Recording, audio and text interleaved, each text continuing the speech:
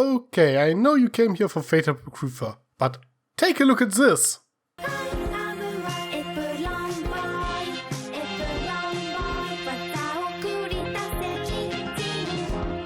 An anime that's all about Shiro cooking stuff? I dig it, 10 out of 10, must watch.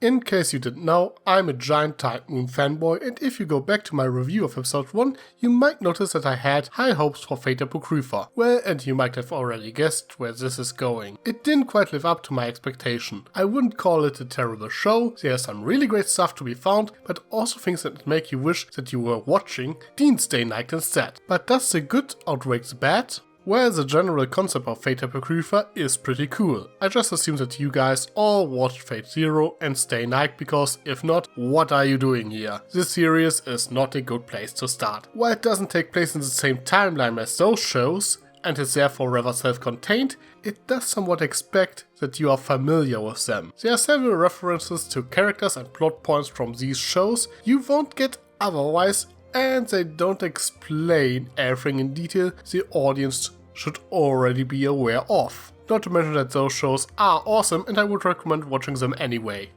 In any case, in this alternate timeline, the Holy Grail of Fuyuki was stolen by Danek Ict Millennia during the Third Holy Grail War in the 30s. Danek kept that a secret for about 60 to 70 years before he starts his own Holy Grail War. However, to prevent that he just has a Holy Grail War with his family and friends, the Grail activates its fail-safe program, which turns this Grail War into the Great Holy Grail War, in which two teams of 7 masters have to duke it out League of Legends style. The Black faction, formed by Ict Millennia, and the Red faction, supported by the Mage Association and the Church. So the Mage Association recruits some very talented individuals to become masters and to fight the forces of Ict Millennia. Now, if you are capable of basic math, you should have figured out that 40 masters are fighting in this Holy Grail War, and each of them summons one servant. Which brings us to astonishing 28 individuals that are fighting in this war. Now, 5 masters of the Red faction are immediately removed from the story, with only their servants remaining. But instead we also get Ruler, a 15th servant who is summoned by the Holy Grail to serve as a supervisor of that Holy Grail War, and a self-aware homunculus later on. This brings us to a total of 25 characters to deal with, and that's pretty much the biggest issue of the series. Way too many characters, and you can bet that you don't care about most of them because they feel criminally underdeveloped. This is not helped by the fact that they are all over the place and a lot of them die before you really learn anything about them. The first 2 episodes could fool you into believing that the Red Master Kairi Sisigo and his servant Mordred are supposed to be the heroes of the story, but instead they get pushed into the background. They still get more development than most, but they are out of focus most of the time, which is rather sad as they are easily the most compelling characters in the show. Mordred in particular is interesting due to her connection to the original Saber from Fate's Day Night, as we learn a bit of her side of the story. Throughout the series, Sisigo and Mordred form somewhat of a father-daughter relationship, which is actually rather sweet, yet both are pretty badass and are just fun to watch.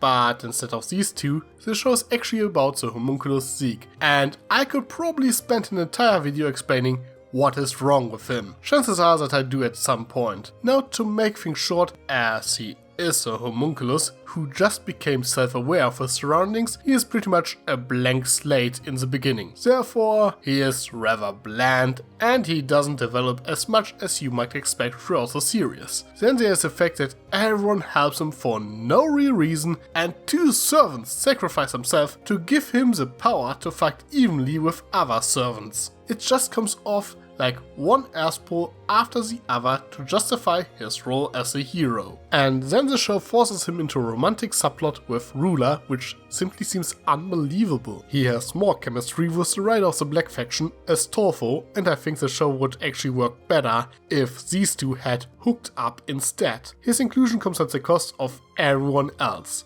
Perhaps the most mind-boggling thing about him is why he was even introduced. Kyrie could have been the protagonist, so could have been Ruler, or even Cowls for Christ's sake. Or he could have been just one of the Black Faction masters from the get-go, because most of them don't really matter in the great scheme of things anyway. Then there's of course the big bet. At first we are more or less led to believe that it is Danik Ikmilenia, but this spot is eventually stolen from him by Shiro Kotomine, and I just gotta spoil it right here.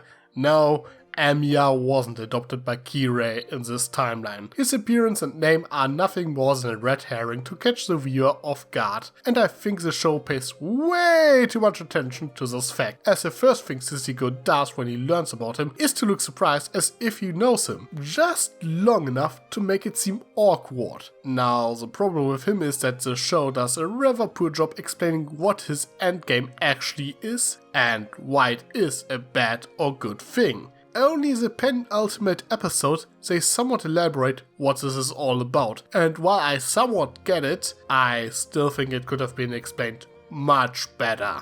Now the story itself has some serious pacing issues. Some things just drag on, but the overall story feels rather rushed. Some twists feel rather forced, and other plot points just seem unnecessary. For example, the subplot concerning Jack the Ripper, who was summoned as the assassin of the Black Faction. She killed the master that summoned her, and instead made a contract with a random prostitute who treats the servant like her own daughter, and is disturbingly okay with Jack running around killing innocent people to feed on their magical energy and hearts. The subplot feels rather disconnected from everything else that is going on, as they don't really go after other servants and masters, and instead just go on a killing spree. They run into Mordred and Sissy early on, but are completely ignored afterwards, until Ruler and the Black Faction decide that they can't have a serial killer running around, and suddenly the show turns into CSI Fate for an episode in which they track her down. Every time Jack appears, the story just comes to a halt. She doesn't affect the main plot in any meaningful way, with one exception that feels rather unnecessary and could have been achieved in a different manner. Not to mention that this whole subplot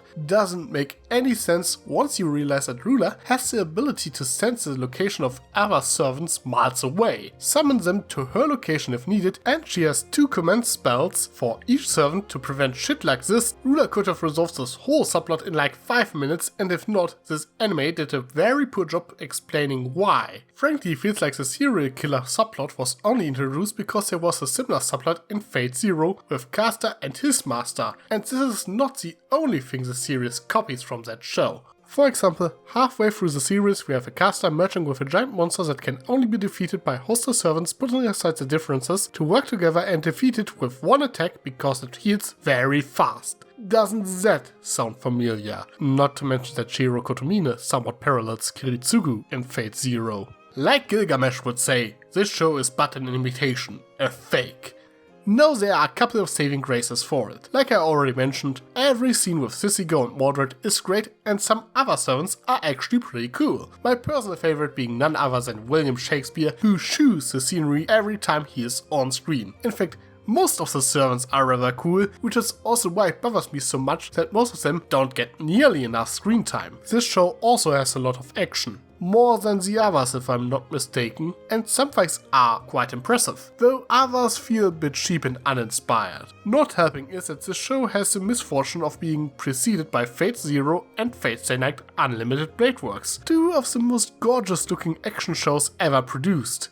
A1 can produce some impressive stuff at times, but it just doesn't really compare to what Ufotable has done with those 2. Not to mention that episode 22, which was praised as a masterpiece by several big names in the anime industry, including Fate creator Nazu himself, but wasn't that well received by the audience. From a technical standpoint, I can see why this is the case. The animation itself is rather impressive in that episode, but it constantly goes off model to achieve it, and every other scene looks like it was drawn in a different art style than the rest of the show. It lacks consistency, a pretty interesting case study I might look into at a later time. But yeah, that's about it. Fate Apocrypha is at best a mixed bag. There's some good stuff in it, but the story is somewhat of a mess.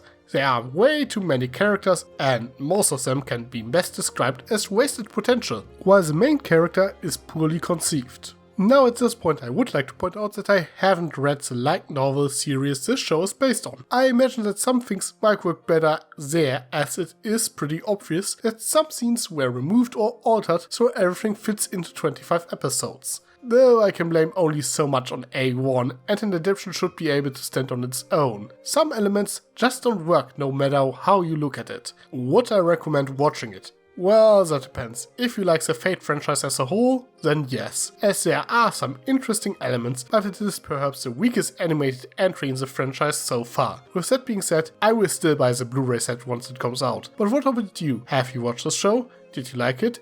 Anything that bothered you? Let me know in the comments. I am Tricky Fox. Stay foxy. Sly as a fox, you got me under your spell. But you know I'll never tell that I know you know so